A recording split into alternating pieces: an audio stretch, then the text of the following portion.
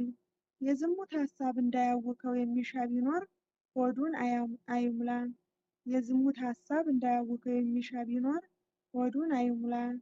ከብዙ ሰዎች ጋር መገናኘትና ማውራትን የሚወድ ሰው የህሊና ሁከት ታገኘዋለች። የሴት ፊት መርዝን የተሳለ ሾተል ነው። ወደ ነፍስ ከገባች መርዝን ትመላታለች። የሴት ውበት በልቡናህ ከዘገየ ብዙ ሕመም ያመጣብሃል። ከዚህ ጦር ማምለጥን የሚሻ ሰው በየአደባባዩ በየበዓላቱ ከመዞር ይከለከላል። ለጸሎት በመትጋት በጎ ሀብትን ሊያገኛት የሚሻ ሰው በየአደባባዩ ከመዞር በበዓቱ ተግቶ መትጋት ይገባዋል። ንጹሕ ሊሆን የሚወድ ቢኖር ከሴቶች ጋር አይገናኝ።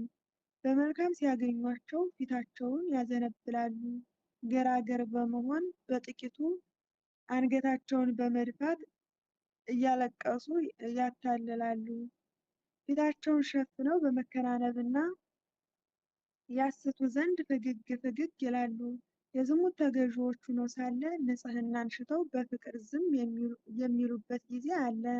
ደስ ብሏቸውም ከወንድ ጋርም ይተያዩ ዘንድ ዳግም በመንገድ ለመገናኘት ይወጣሉ። በኀፍረት ሆነውም ይስቃሉ። በሦስተኛው ግን ወንድን ያለ ኀፍረት ይመለከቱታል። እርሱ ጥቂት በሳቀ ጊዜ እነርሱ ብዙ ይስቁለታል።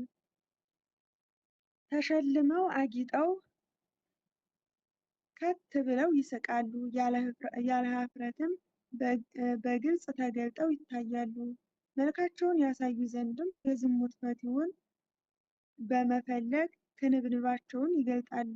አስቀድመው ቅንድባቸውን ይኳኳላሉ፣ ያስጌጣሉ። አንገታቸውን፣ ደረታቸውን ገልጠው ያሳያሉ።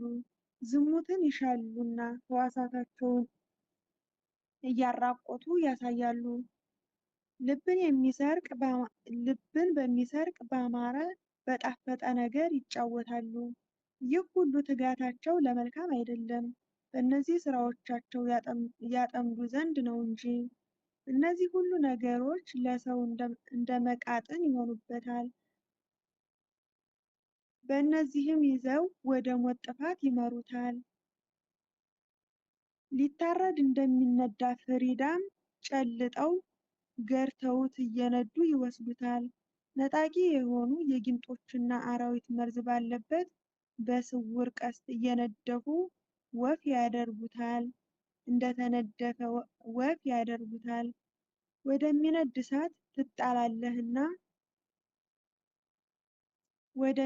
እሳት ትጣላለህና አስቀድመህ ሽሽ። በወጣትነትህ ሳለህም በፍትወቷ እሳት እንዳትቃጠል ወደ ሴት አትቅረብ።